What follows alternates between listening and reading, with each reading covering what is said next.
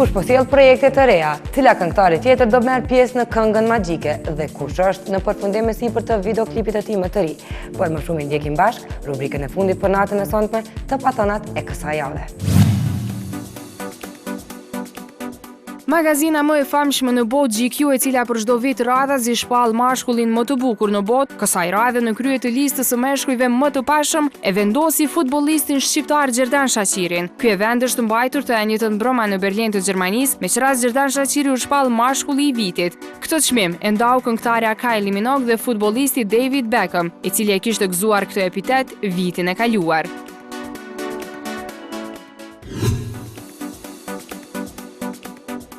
Është duke punuar intensivisht të sjellë disa projekte muzikore. Këngëtarja Adelina Tahiri aktualisht po punon në 2 këngë të reja, të cilat njëra këngë do t'i përkas zhanrit pop, këngë të cilën e ka punuar Elgit Doda, ndërsa kënga tjetër do të jetë një baladë të cilën Adelina e ka bërë të ditur për prive se do ta publikojë në shkurt të vitit të ardhshëm, së bashku me videoklip. Adelina nuk dëshiron të zbulojë detaje të tjera për arsye se akoma nuk ka vendosur për gjithçka në lidhje me këngët. Kohën e fundit është bërë si lloja deti që këngëtarët tanë të sjellin bashkëpunime, e një bashkëpunim shumë shpejt do ta kemi në mes Don Arbas dhe grupit Tingulli Trend. Në rrjetin social Instagram në profilin e tij, Don Arbas ka publikuar disa fotografi me anëtarin e këtij grupi Getoar Selimi, me mbishkrimin Coming Soon. Ata janë duke punuar rreth një këngë të re, e cila tashmë ka përfunduar. Tekstin e këngës e ka bërë Geti, muzikën Don Arbas dhe tani janë në fazën e incizimit. Geti dhe Agon Amiga janë mysafir sa i përket këtij bashkëpunimi dhe pritet që kjo këngë të përfundojë edhe me videoklip.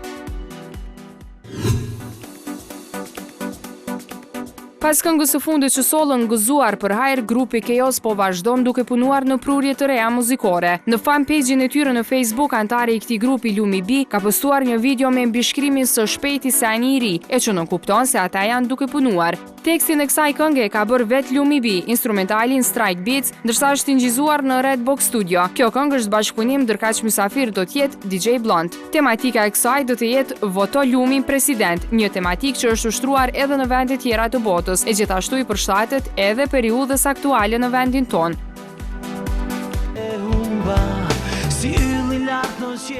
Angel Duke Shti ishte projekti që Neki Emra solli për Stinën e Nxehtë, e këto ditë këngëtari do të publikojë një tjetër videoklip. Një dhimbje mbeti ti është kënga të cilën Neki do ta sjellë gjatë javës së ardhshme. Muzikën dhe tekstin e ka bërë vetë këngëtari, e orkestrimi i është besuar kompozitorit Florent Boshnjaku. Kjo këngë, e cila është zhanrit balad, do të jetë shoqëruar edhe me videoklip, për të cilin po përkujdeset produksioni Asha. Fabula e klipit nxanë një film të metrazhit të shkurt ku luajnë 2 aktorë profesionist, Davina Berisha dhe Muhamet Arifi.